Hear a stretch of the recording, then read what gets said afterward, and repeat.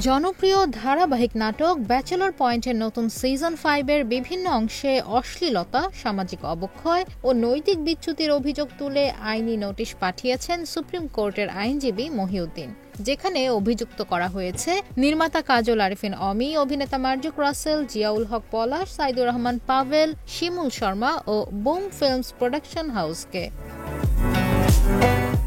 মঙ্গলবার ৮ জুলাই সুপ্রিম কোর্টের আইনজীবী মহিউদ্দিনের পাঠানো আইনি নোটিশে বলা হয়েছে, ব্যাচেলর পয়েন্ট নাটকের ৫ম সিজনের ১ থেকে ৮ পর্বে এমন বহু সংলাপ রয়েছে যা অশ্লীল, ডাবল মিনিং এবং সমাজে বিশেষ করে কিশোর তরুণদের ওপর নেতিবাচক প্রভাব ফেলছে। বুম ফিল্মসের ফেসবুক পেজে এই নাটকের কিছু খণ্ডিত অংশ ট্রেলার আকারে এসেছে এবং সেখানে আমি দেখেছি অসংখ্য আপত্তিজনক, অশালীন ডায়লগ সেখানে এই নাটকে আছে, যেটি আমাদের জাতীয় অনলাইন গণমাধ্যম নীতিমালা এবং জাতীয় সম্প্রচার নীতিমালার বহির্ভূত, যেটি আমাদের তরুণদের যে নীতি নৈতিকতা বা তাদের স্বাভাবিক আচার আচরণ, যেটি আমরা বহু বছর ধরে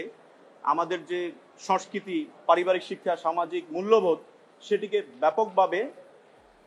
বাধাগ্রস্ত করছে বলে নোটিশে উল্লেখ করা হয়, নাটকের সংলাপে ডেট, ১৯-২০, টাকা হলে সীসা খেতে পারতাম ইত্যাদি নিয়ে এমনভাবে কথা বলা হয়েছে যা নীতি নৈতিকতা পরিপন্থী। পাশাপাশি ফিমেল, কিডনি, দই ইত্যাদি ডায়লগগুলো তরুণদের মুখে মুখে ঘুরছে, যা সামাজিক শালীনতা ও পারিবারিক রুচির পরিপন্থী। এমন সংলাপ নারীদের অবমাননা করে বলেও দাবি করেছেন তিনি। মার্জুক রাসেলের মুখ দিয়ে নোয়াখালীর কিছু শব্দ উচ্চারিত হয়,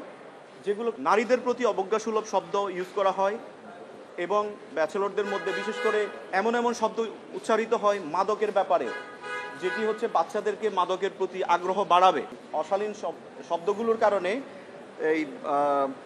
জাতীয় অনলাইন গণমাধ্যম নীতিমালা ২০১৭ এবং জাতীয় অনলাইন গণমাধ্যম নীতিমালা ২০১৪ ৩, ৪ ও ৬ নং অনুচ্ছেদ সরাসরি এখানে চলে আসে, এটাকে লঙ্ঘন করা হচ্ছে। আরও বলা হয়, নির্মাতা কাজল আরিফিন অমি নিজেই এক সাক্ষাৎকারে বলেছেন, নাটকটি এখন সব বয়সী মানুষের জন্য তৈরি করা হচ্ছে, অথচ নাটকের ভাষা, ভাব ও উপস্থাপন একদমই পরিবার বান্ধব নয়, বরং এতে সামাজিক মূল্যবোধ, ধর্মীয় অনুশাসন এবং সাংস্কৃতিক ঐতিহ্য ক্ষতিগ্রস্ত হচ্ছে। এই নোটিশ পাওয়ার ৭ কার্য দিবসের মধ্যে নাটকটির বিতর্কিত সংলাপ ও ভিডিওগুলো অনলাইন প্ল্যাটফর্ম থেকে সরিয়ে নেওয়ার আহ্বান জানানো হয়েছে, অন্যথায় আইনি পদক্ষেপ নেওয়া হবে বলে জানান নোটিশদাতা।